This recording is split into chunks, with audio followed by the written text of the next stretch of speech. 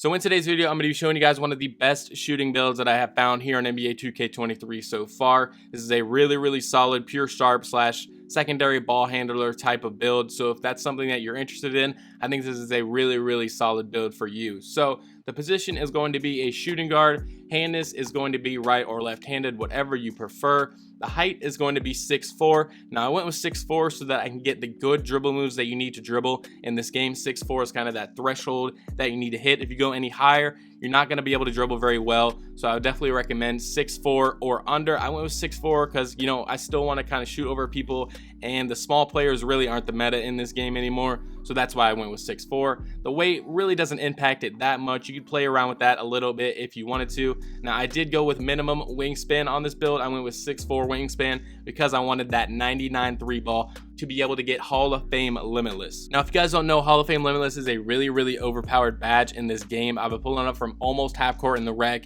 and beyond half court in the park. So it's a really overpowered badge that you need a 99 3 ball to get. So if that's something you're interested in, I would definitely recommend going with a 99 3 ball. If you wanted to go down to a 92, you could do that and get gold limitless, but like I said, I wanted that Hall of Fame, so that's why I went with a 99 3 ball. Now looking at the badges, you get 5, 29, 21, and 10, which really for a pure sharp type of build is really good. Obviously you get all of the Hall of Fame badges and you get 29, so that you're going to be able to put any shooting badges that you want on this build.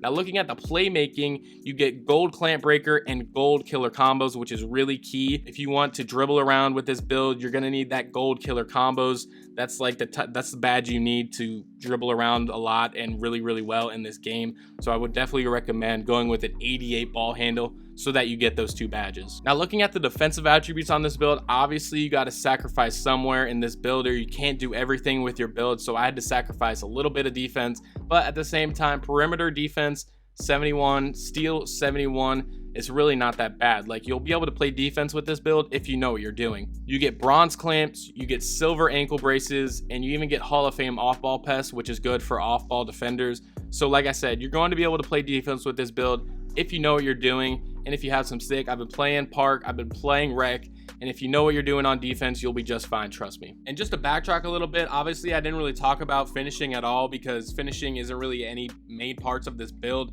68 driving layup is going to be perfectly fine for you guys to make layups if you're doing something in the paint for some reason, but in this build you're going to be on the perimeter a lot of the times, so I really didn't think talking about finishing was that important. But yeah, I just wanted to include that just to let you guys know. And looking at the physicals, I went with 82 speed and 82 acceleration, so you're not going to be feeling sluggish out there. Speed really doesn't matter that much when you're on offense. Your speed with ball is really what matters, so that's at 84, so I'm going to be good. And on defense, 82 speed is really all that you need. Speed really doesn't matter that much in this game, but like I said, I didn't want to go like that low so that I feel sluggish out there, but I think 82 speed is going to be just fine for you guys. And then for the strength, I went with 66 because if you guys don't know, strength really does matter in this game. So if you have low strength, you're going to get blown by those guys, those 6'8", 6'9" guys that have really high strength.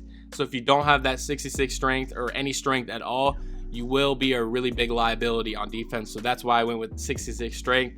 And then also for the stamina, I went with 90 because you can boost it up to 95 and that will be perfectly fine. And then for the takeovers, I went with limitless range and pull-up precision, but you guys obviously can do whatever you want for that. And once you max out your badges, you're going to be able to get that mama mentality and change around your takeovers whenever you want, at least on next gen. I would recommend this build for current gen as well. I don't see why it wouldn't work on that game as well, since the games are very similar. You see the shades of stuff here, and you will see this build is called a shot creator. So that's gonna wrap up this video. I will be dropping gameplay with this build within the next day or so. So if you're watching this a day or so after it comes out, I will leave a little thing in the description or a little thing up top where you guys can go check out gameplay on this build before you want to make it or something like that. But if you have anything down below in the comment section, some recommendations on what I could have done different on this build, definitely let me know. And if you enjoyed this video, I would appreciate a like and a subscribe. So yeah, I hope you guys enjoyed it, and I will see you guys in the next one.